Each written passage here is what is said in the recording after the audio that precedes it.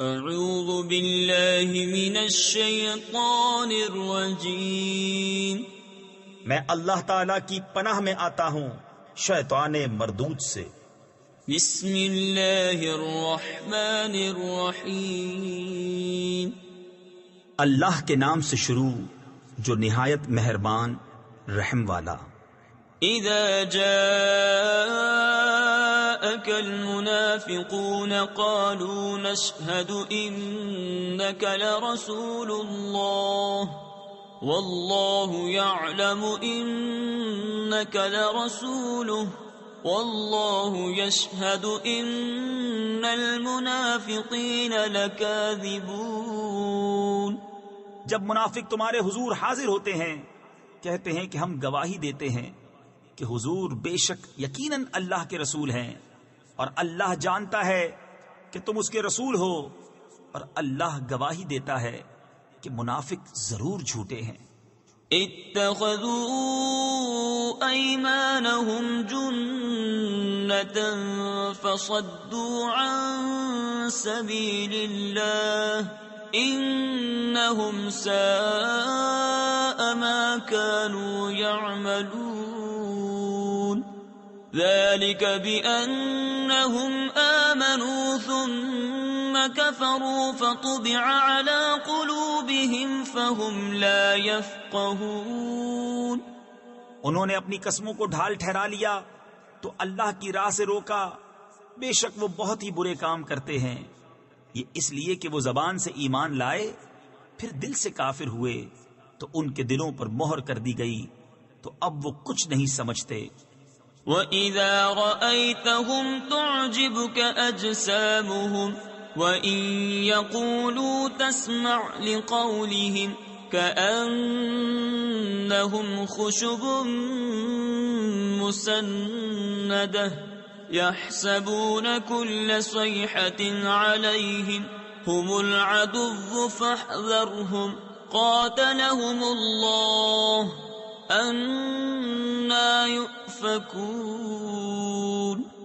اور جب تو انہیں دیکھے ان کے جسم تجھے بھلے معلوم ہوں، اور اگر بات کریں تو تو ان کی بات غور سے سنے، گویا وہ کڑیاں ہیں دیوار سے ٹکائی ہوئی، ہر بلند آواز اپنے ہی اوپر لے جاتے ہیں۔ وہ دشمن ہیں تو ان سے بچتے رہو، اللہ انہیں مارے کہاں اوندھے جاتے ہیں۔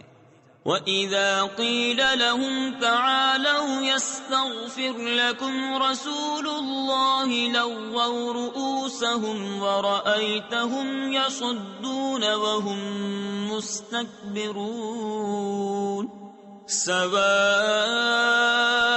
عَلَيْهِمْ أَسْتَغْفَرْتَ لَهُمْ أَمْ لَمْ تَسْتَغْفِرْ لَهُمْ لَن يَغْفِرَ اللَّهُ لَهُمْ ان اللہ لا يهدی القوم الفاسقین۔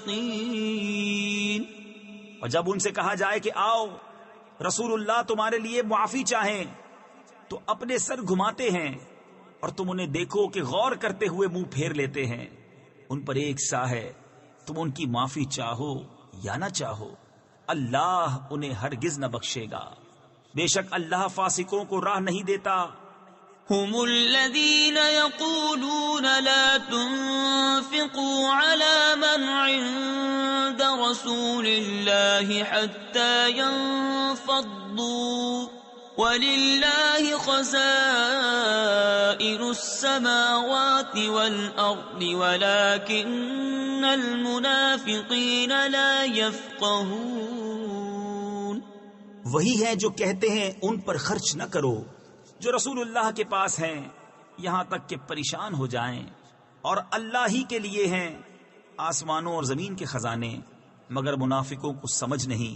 يقولون لئن رجعنا إلى المدينة ليخرجن الأعز منها الأذل ولله العزة ولرسوله وللمؤمنين وَلَكِنَّ الْمُنَافِقِينَ لَا يَعْلَمُونَ۔